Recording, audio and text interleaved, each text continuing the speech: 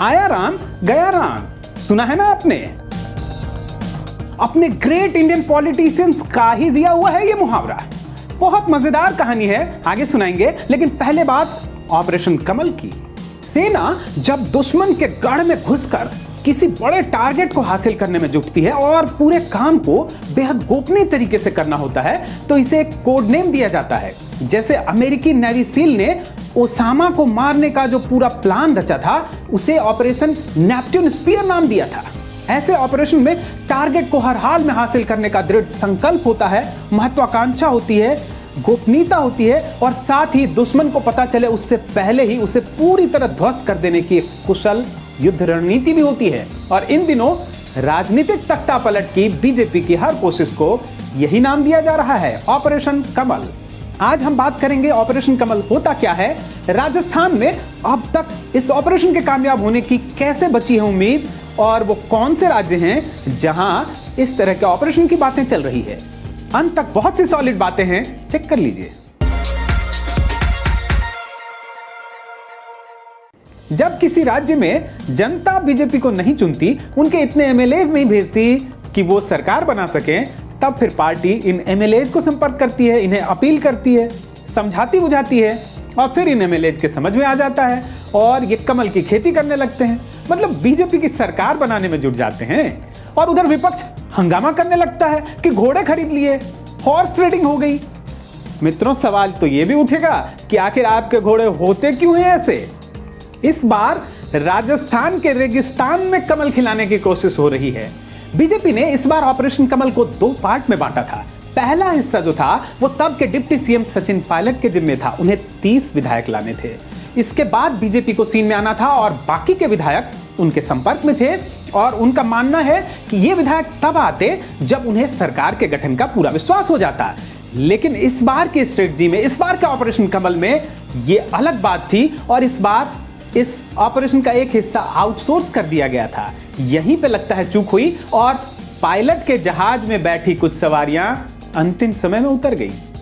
अभी भाजपा ने उम्मीद छोड़ी नहीं है और न ही पायलट ने अपना विमान जमीन पर उतारा है। इन्हें उम्मीद है कि विधानसभा अध्यक्ष की ओर से जो इन्हें नोटिस दिया गया है वो कोर्ट में रिजेक्ट हो जाएगा और ये अपनी सदस्यता गंवाने से पहले सरकार गिराने में कामयाब हो जाएंगे।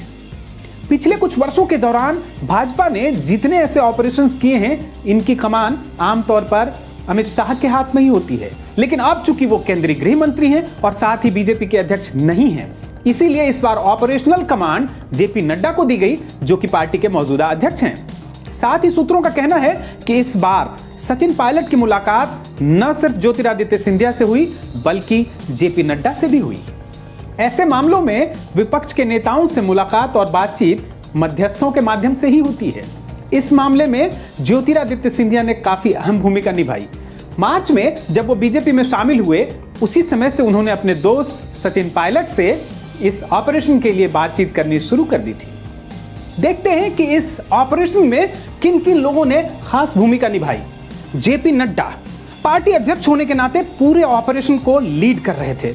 गजेंद्र सिंह शेखावत पीएम मोदी और अमित शाह के विश्वास पात्र होने के साथ ही राजस्थान के नेता होने की वजह से ये सीधे संपर्क में थे।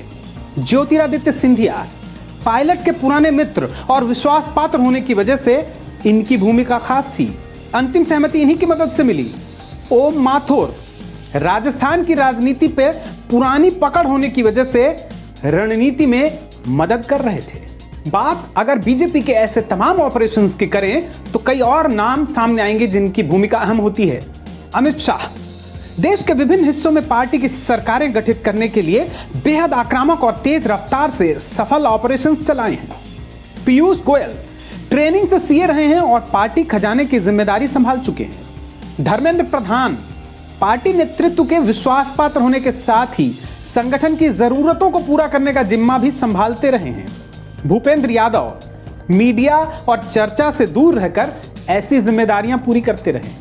कर्नाटक में हमने देखा कि जब ऐसा ऑपरेशन चल रहा था तो वहां अचानक कई सारी एजेंसियों के छापे पड़ने लगे। सबसे बड़ा निशाना थे कांग्रेस के नेता और उन्हें धन उपलब्ध कराने वाले डीके शिव कुमार, जो अब कांग्रेस के वहां के प्रदेश अध्यक्ष हैं।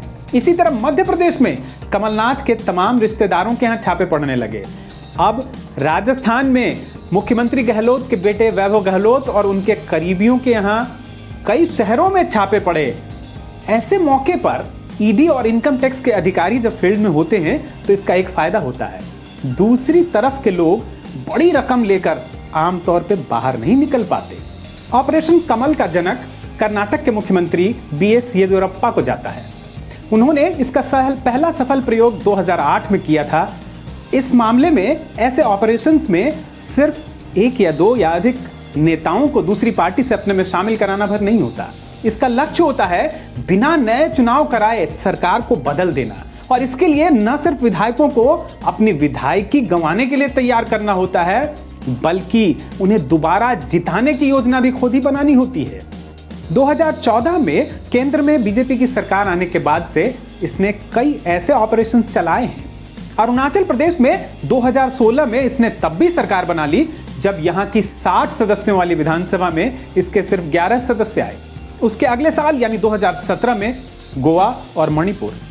बीते साल यानी 2019 में कर्नाटक का मशहूर सियासी ड्रामा, और इस साल कोरोना के बीच मध्य प्रदेश का तख्ता पलट। ऐसा नहीं कि बाकी राज्यों में कमल खिलाने की जरूरत नहीं है। विपक्ष के शासन वाले जो बचे खुचे और राज्य हैं उनमें भी धुआं तो उठ ही रहा है।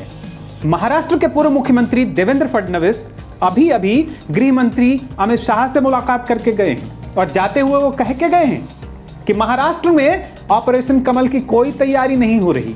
इसी तरह झारखंड में भी भाजपा ने आरोप लगाया है कांग्रेस पर कि वो अपना घर संभाल नहीं पा रही, अपने विधायकों पर ही अविश्वास कर रही है, क्योंकि कांग्रेस ने आरोप लगाया था कि उनके 4 विधायकों को ऑपरेशन कमल के तहत बीजेपी पैसों का लालच दे रही है। और चलने से पहले आया राम गया राम की कहानी, यह हरियाणा के महान नेता गयालाल की कहानी है। इन्होंने एक दिन में 3 बार पार्टियां बदली। इनका हृदय परिवर्तन तो कुछ घंटों में ही होने लगा था। वापस जब तीसरी बार ये कांग्रेस में लौटे तो इनके नेता ने प्रेस कॉन्फ्रेंस की और कहा कि गया राम अब आया राम है, और उसके बाद से आज तक ये मुहावरा चल रहा है। और हमारे जो ईमानदार और कर्तव्यनिष्ठ नेता हैं वो इस मुहावरे को कभी कमजोर भी नहीं पड़ने दे रहे। मशीन और इंसान में फर्क है। जो सोचेगा उसके विचार बदल भी सकते हैं। कल तक जो रास्ता, जो विचारधारा और सिद्धांत सही लग रहे थे वो आज खराब भी लग सकते हैं। यही उसके विचारशील होने की निशानी भी है। लेकिन अब तो छोटे से फायदे के लिए सिद्धांतों की पर्दादारी भी नहीं। ऐसा तो मत कीजिए श्रीमान। और अगर यह बात सॉलिड लगी तो इसे अपने दोस्तों तक फैला दीजिए।